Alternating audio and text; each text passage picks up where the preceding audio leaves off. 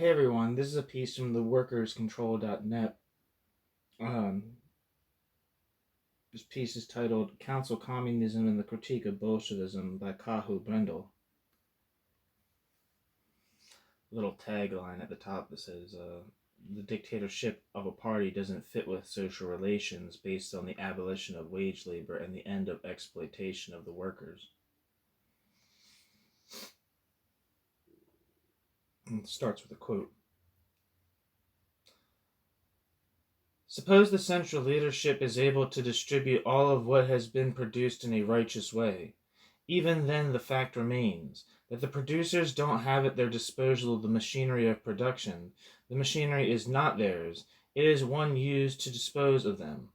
The inevitable consequence is that those groups that oppose the existent leadership will be oppressed with force.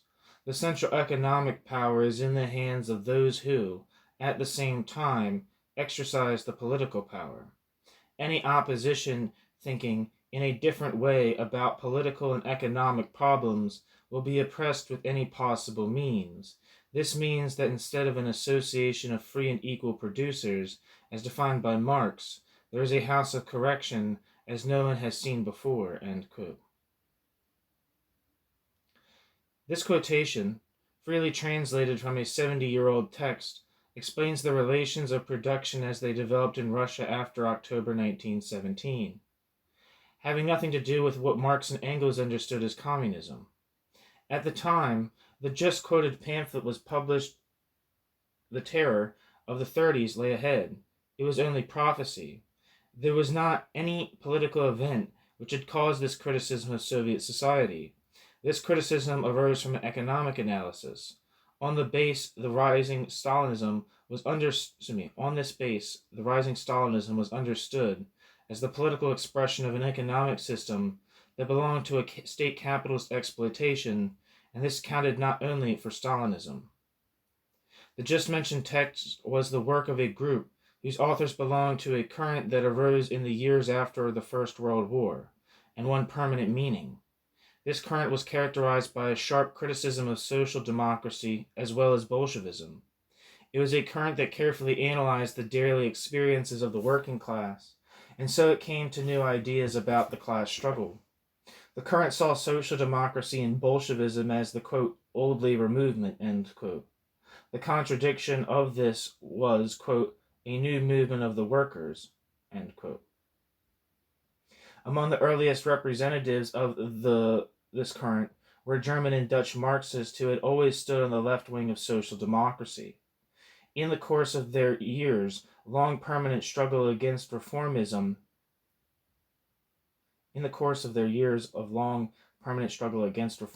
they became more and more critical of social democracy. The best known of this current were two Dutchmen, Anton Pannekoek, who lived from 1872 to 1960, and Herman Gorter, who lived from 1864 to 1927, and also two Germans, Karl Schroeder, who lived from 1884 to 1950, and Otto Ruhle, who lived from 1874 to 1943. Later, the much younger Paul Maddock, who lived from 1904 to 1980, became one of its most important theorists.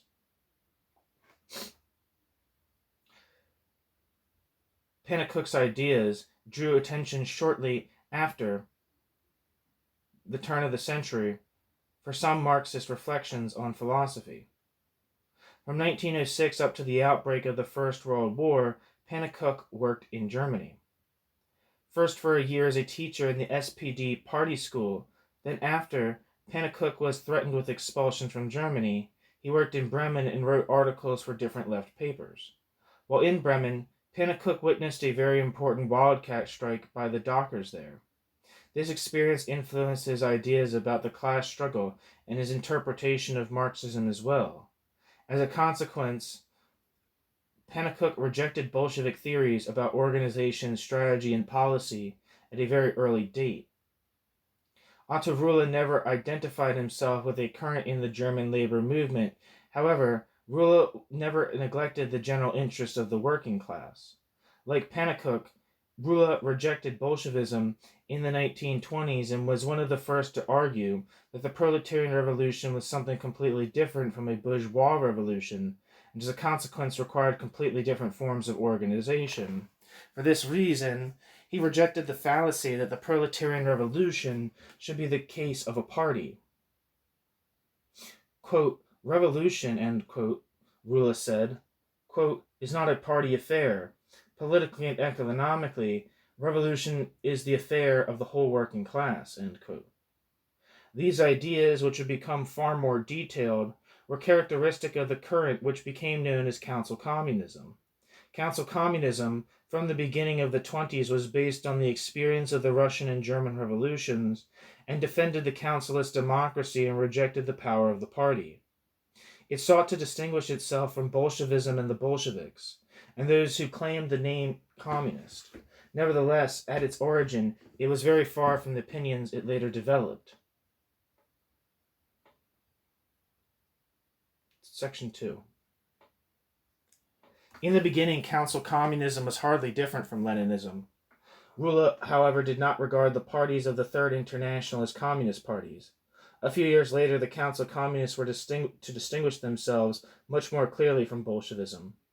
The so-called October Revolution finished Tsarism and put an end to feudal relations and cleared the way for capitalist relations. The Council Communists went further.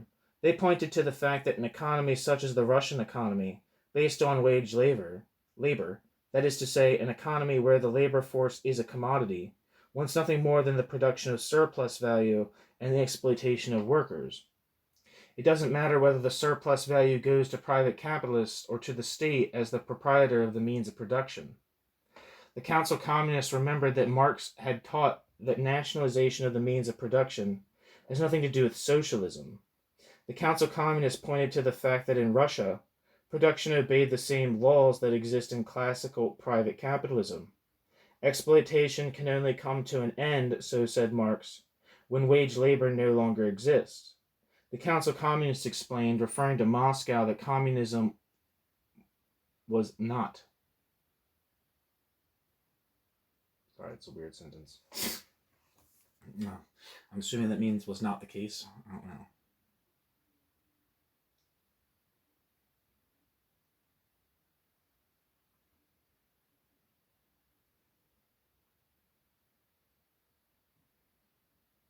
Oh, shit. The Council Communists explained, referring to Moscow, what communism was not. Jesus Christ. That's my fault. The differences between Council Communism and Bolshevism became clearer and more complete. Section 3. What has been said before should not be understood as meaning that Council Communism is a special critique of Stalinism. It is a critique of Bolshevism in general. Council Communists don't see Stalinism as a sort of, quote, counter-revolution, end quote, that deprived October of its fruits. Rather, Council Communists see Stalinism just as a fruit of this revolution, one that opened the door for capitalism in Russia. Stalin was the heir of Bolshevism and the Bolshevik Revolution. The development of this theory went slowly, just as the case was with social development.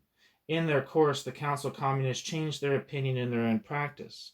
Initially in Germany and Holland, Council Communist parties were founded. This contradicted the opinion of some like Ruhle, who, as stated previously, thought that parties were not an affair of the working class. Ruhle, however, saw these organizations as parties, quote, of a completely new character, a party that wasn't a party anymore, end quote. 4 years later, in 1924, Ruhle spoke a different language, quote, a party with a revolutionary character in the proletarian meaning of the word, end quote, he said, quote, is an absurdity.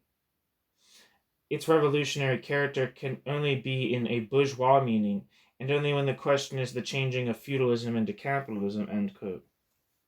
Ruhle was perfectly right, and for this reason, the so-called absurdities disappeared from the proletarian theater within 10 years. There was little exception, and soon after the Second World War, the expression was no longer used. At the same time, the Council Communists grew up. They had learned that the Russian Revolution was nothing more than a bourgeois revolution, and the Russian economy was nothing more than state capitalism. They had a cleaner understanding of things which were ripe for new research. Other things not analyzed before stood now in a clearer light. The most important analysis in this respect was completed by Pannekoek in 1938. Pannekoek published a pamphlet on Lenin's philosophy and produced a more profound analysis of Bolshevism. Pannekoek pointed to the fact that Lenin's Marxism was nothing more than a legend and contradicted real Marxism. At the same time, he explained the cause. Quote, "In Russia," end quote, he said, quote, "the struggle against Tsarism resembled in many aspects the struggle against feudalism in Europe long before. In Russia, church and religion supported the existing power. For that reason, a struggle against religion was a social necessity," end quote. For this reason, what Lenin regarded as historical materialism hardly distinguished itself from French bourgeois materialism of the 1700s, a materialism that, in those times, was used as a spiritual weapon against the church and religion, in the same way, that is to say, pointing to the similarities of the social relations in Russia before the Revolution and those in the pre-revolutionary France. The Council Communists pointed to the fact that Lenin and the members of his party claimed the name Jacobins for themselves. They meant that their party in the Russian bourgeois revolution had the same function as the French Jacobins. That Bolshevism in March 1918, only 5 months after October 1917, robbed the Soviets from their already minimalized power was, as the Council Communists said, a logical consequence of the October Revolution. Soviets were not suitable with a system that was the political superstructure of the state capitalist productive relations. What the Council Communist movement mean by communism is a completely different thing from that system. The dictatorship of a party doesn't fit with social relations based on the abolition of wage labor and the end of exploitation of the workers. A society in which the producers are free and equal can't be something different from the democracy of the producers. The end.